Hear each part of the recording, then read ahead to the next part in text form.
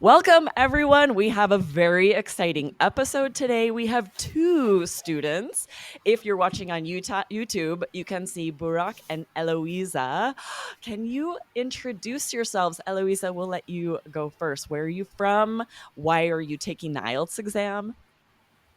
Okay, hello everyone. Nice to meet you, Aubrey. Nice to meet you, Burak. And it's a pleasure to be here. I am a meteorologist from Brazil, and I'm studying IELTS because I might apply for some postgraduate studies abroad. So it's kind of interesting for me. Awesome. We're so happy to have you join us. We're excited for you listeners to be able to hear some speaking practice today and get tips on how to practice together. But first, Burak, can you introduce yourself?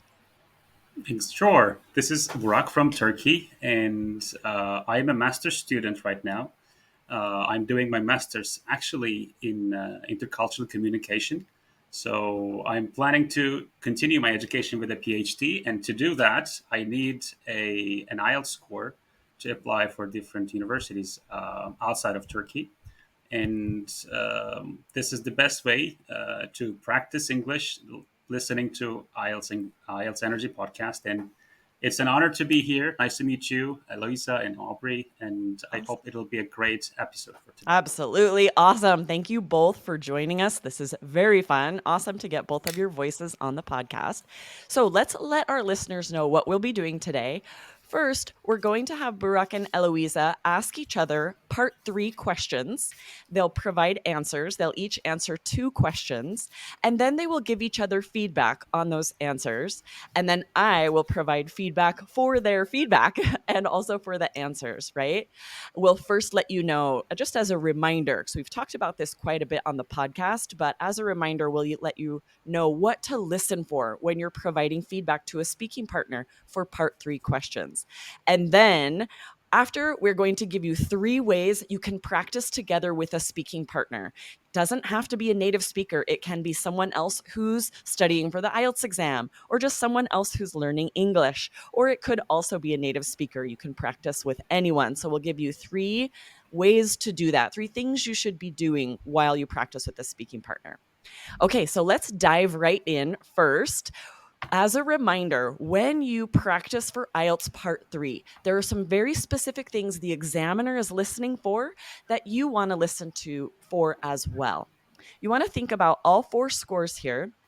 First, we're not going to worry much about the grammar score. When you're practicing with a speaking partner, don't stress about the grammar. We're wanting to focus on the other 3 scores, okay? So, vocabulary, you want to be using high level, less common, interesting vocabulary, idiomatic language, phrasal verbs and idioms when possible. And then the fluency and coherence score, you want to be eliminating pauses, hesitations, both at the beginning of answers by using filler phrases and during the answer, trying to think of words. We want to eliminate those pauses to score 7 or higher.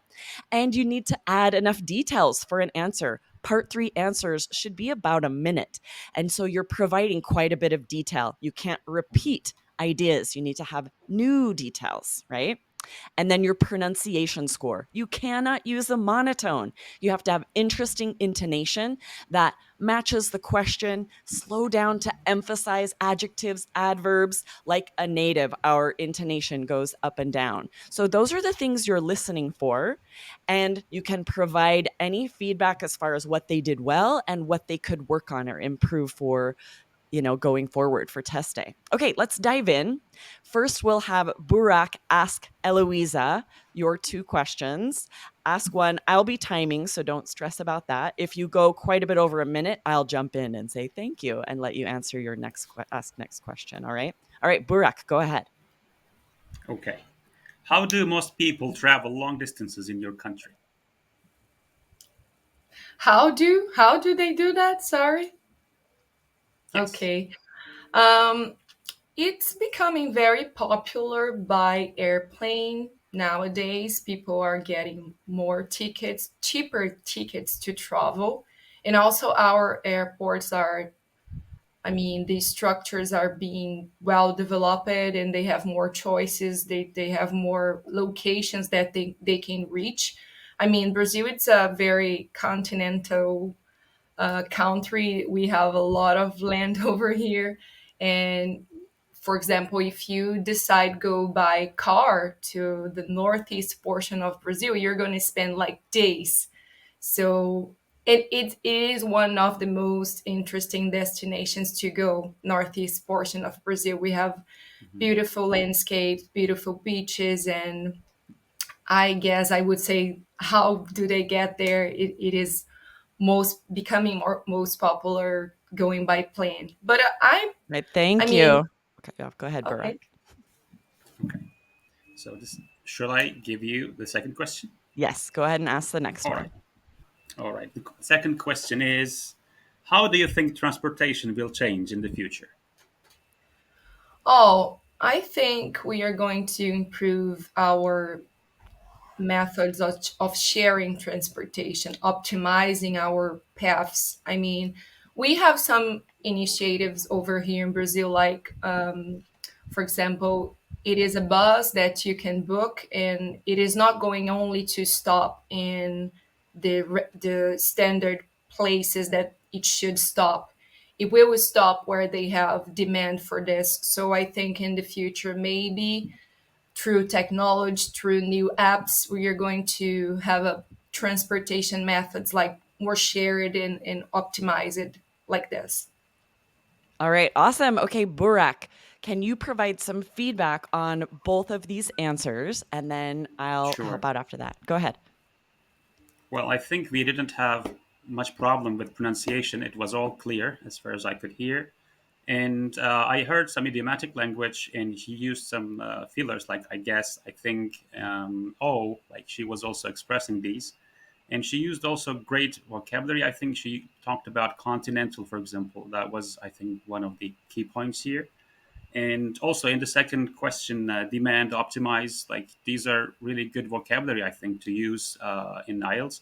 And just one thing I caught, maybe I'm not sure about the initiatives or initiatives.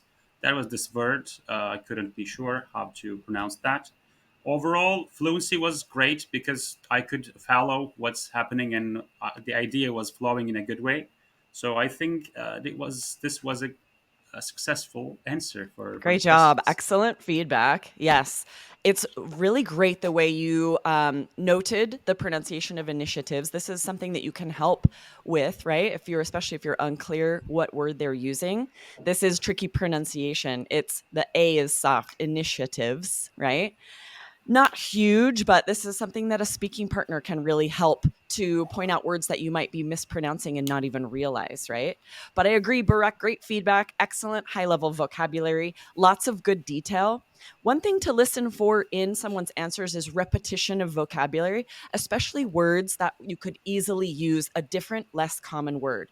You used beautiful a couple of times in your first answer, saying like beautiful beaches, beautiful scenery. Think of all the ways that you could say beautiful. Eloisa, give me another one. It's a higher level, less common way to say beautiful. Marvelous, That would work, right? Stunning, spectacular, stunning. marvelous. Especially before you say beautiful twice, pull in another one. You know other synonyms, right? To boost that Yeah. vocab score. But other than that, great job using linking phrases. You had a few linking phrases, for example. Burak noticed some very native fillers.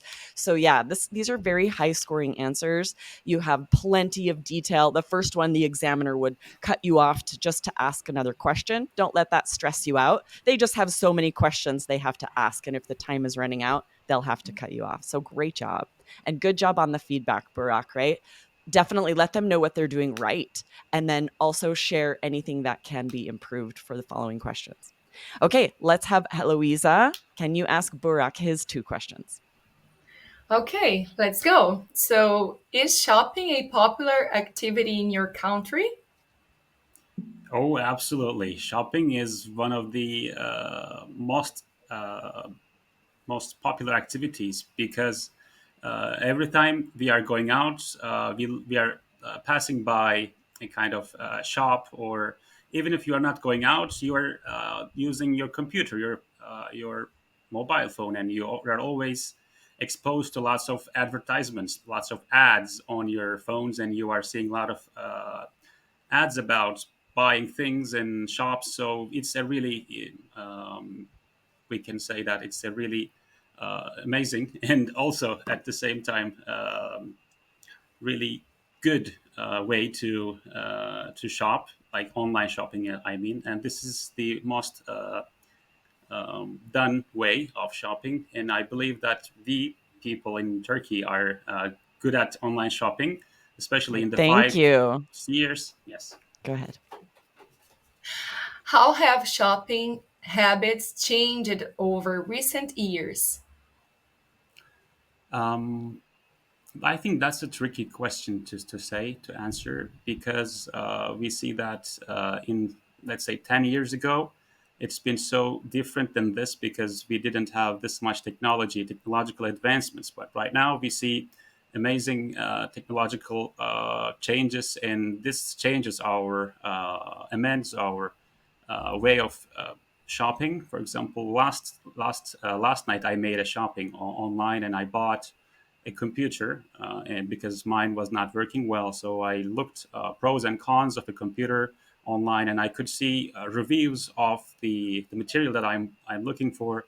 So I think it is changing in this way, and I believe it'll change more. Like maybe we won't see any shops around, and we'll shop only online. So that's something that I estimate for the future. All right, Eloisa, go ahead with some feedback. Awesome. Well, I must confess that was very interested to know better Turkey habits of shopping. So I tried to pay attention to some things that I can say. First of all, you use a nice and good vocabulary. I mean, you try to explain why was it a popular activity, because you have shoppings everywhere. You can do it just in the tap of your hand with your phone.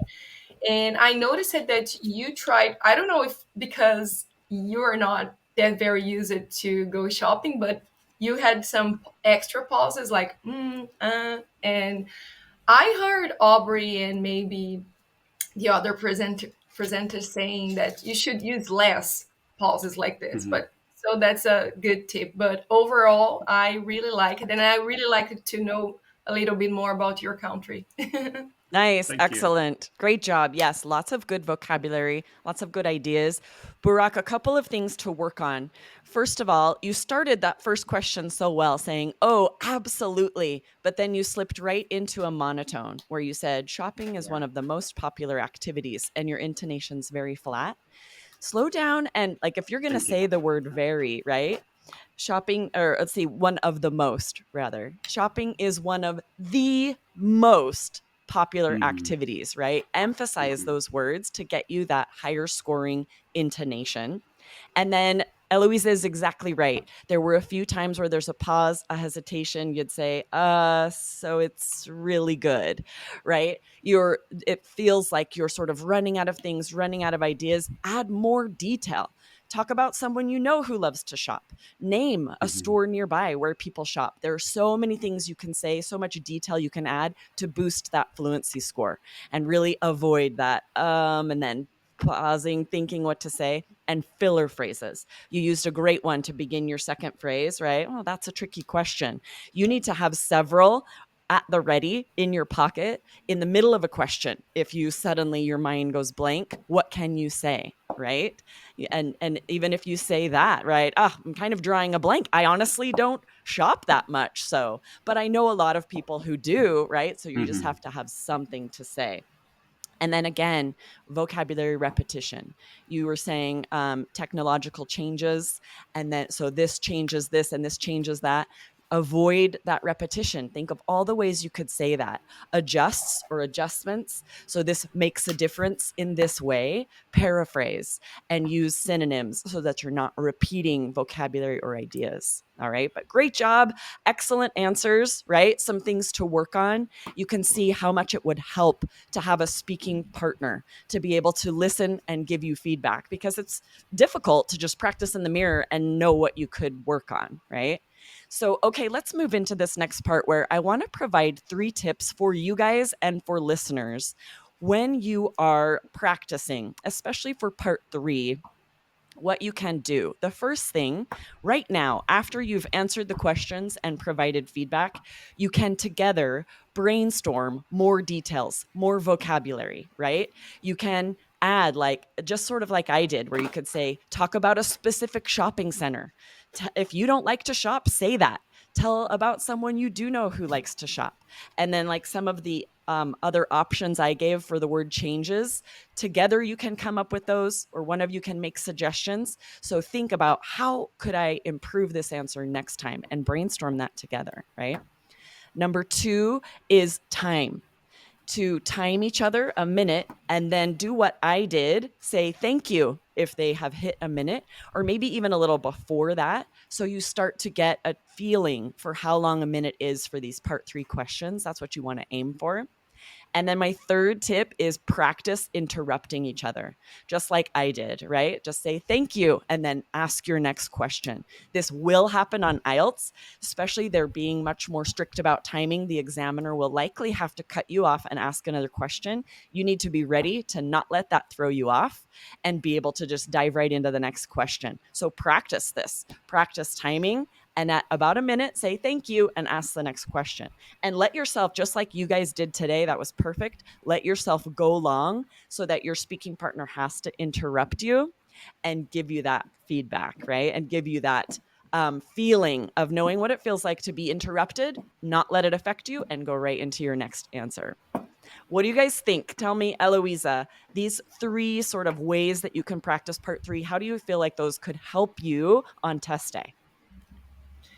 Yeah, I'm definitely super happy to be in this dynamic, because I think sometimes we know the vocabulary, we know what to say if someone asks, but the timing, our nervous status, and and this of course can take out of good score that we could have if we had practiced more the environment, right? So Yes, it's really absolutely. nice to do this. Right? Those nerves, that anxiety you might feel, the more prepared you are, the more confident you will be, and the more you'll have control over that, because you'll feel like, I have done this, I've practiced, I know what to feel, and you will feel less nervous. So that's a really good point. Burak, what do you think? How do you think this will help you to practice for IELTS speaking? Well, I think we are going to see what we are going to have in the exam. So it is amazing to think in this way. And first of all, in the first question, I couldn't speak this fluently, so this might happen in the exam, and we cannot say anything about the question. So in that moment, we can help each other. Oh, you could say this. Maybe you are out of ideas, and your friend can help you in this way. And also with the we can say intruding parts, like sometimes, as you said, the timing is important and we don't know what the time is, and how can we keep track of our time. So with these kind of activities, these kinds of practices with our speaking partner, I'm sure it'll be much better, and we'll thrive in our scores with these tips and tricks. Absolutely. I love that use of the verb thrive. That's the goal, right? We want to thrive on test day instead of going in nervous and lacking that confidence. And this practice, this preparation is the way that you do that. So thank you guys again so much for joining us today. I think we've been able to provide listeners with some amazing tips, encourage you guys to practice with other speaking partners. You can find them with us through our community, and you can find them online, right? It doesn't have to be in person. Luckily, we have so many resources at our disposal to be able to practice like this over Zoom or StreamYard today. So thanks again, guys, for joining us. Awesome job on your practice answers. Pleasure. All right, awesome. We'll see you next Thank time. you. Thank Bye. you. Bye bye.